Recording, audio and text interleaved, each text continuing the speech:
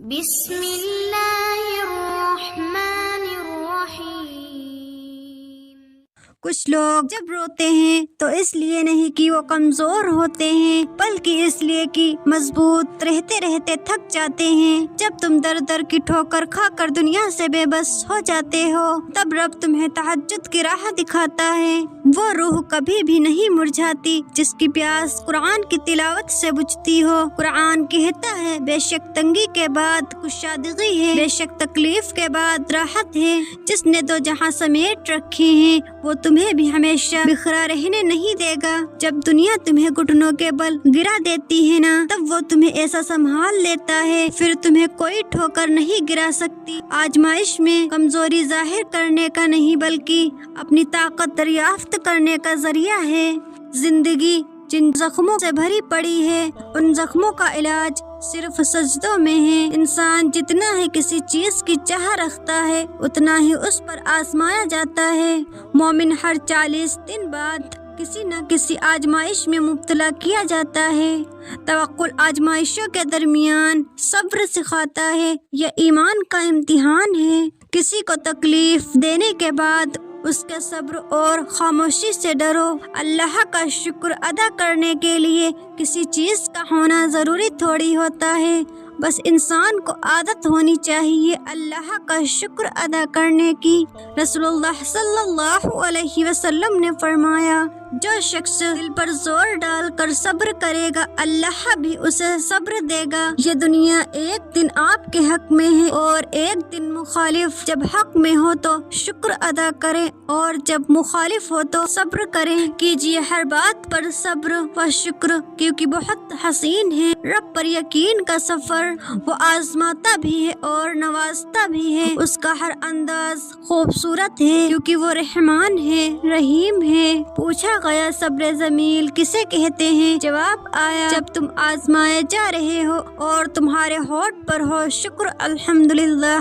سنو صبر کرو، اللہ آپ کے دل کی سنتا ہے۔ آپ کو وہی ملے گا جس کے لیے آپ دعا کر رہے ہو، اور کیا پتہ اللہ کو تمہارا صبر اتنا پسند آ جائے کہ وہ تمہاری مانگی ہوئی ہر دعا پر کن کہہ دے۔ کسی ایسے کے ساتھ رہو جو تمہارے ہونے پر رب کا شکر ادا کرتا ہو۔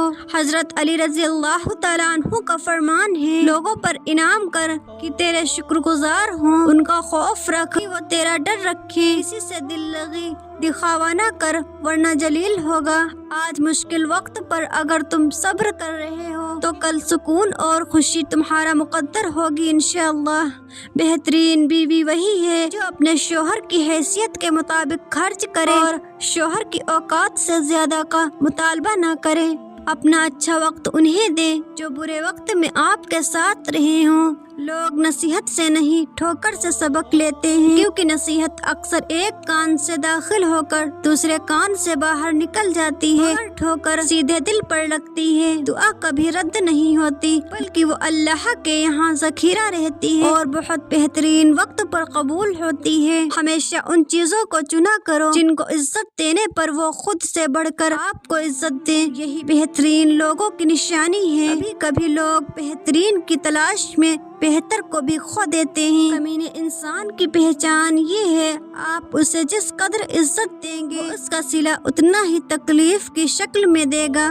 گرے ہوئے آنسو اور ٹوٹے ہوئے دل کی قدر تو بس صرف اللہ ہی جانتا ہے۔ انسان غیروں سے ملی عزت اور اپنوں سے ذلت کبھی نہیں بھولتا۔ اللہ آپ کے علم میں، عمل میں، رزق میں، عمر میں برکت عطا فرمائے، آمین۔ کردار ہی ایک ایسی کتاب ہے جسے اندھے اور جاہل بھی پڑھ سکتے ہیں۔ عزت بہت مہنگی چیز ہے، اس کی امید سستے لوگوں سے مت رکھیں۔ آپ 40 عالموں کو ایک دلیل سے ہرا سکتے ہیں، لیکن ایک جاہل کو 40 دلیلوں سے بھی نہیں ہرا سکتے۔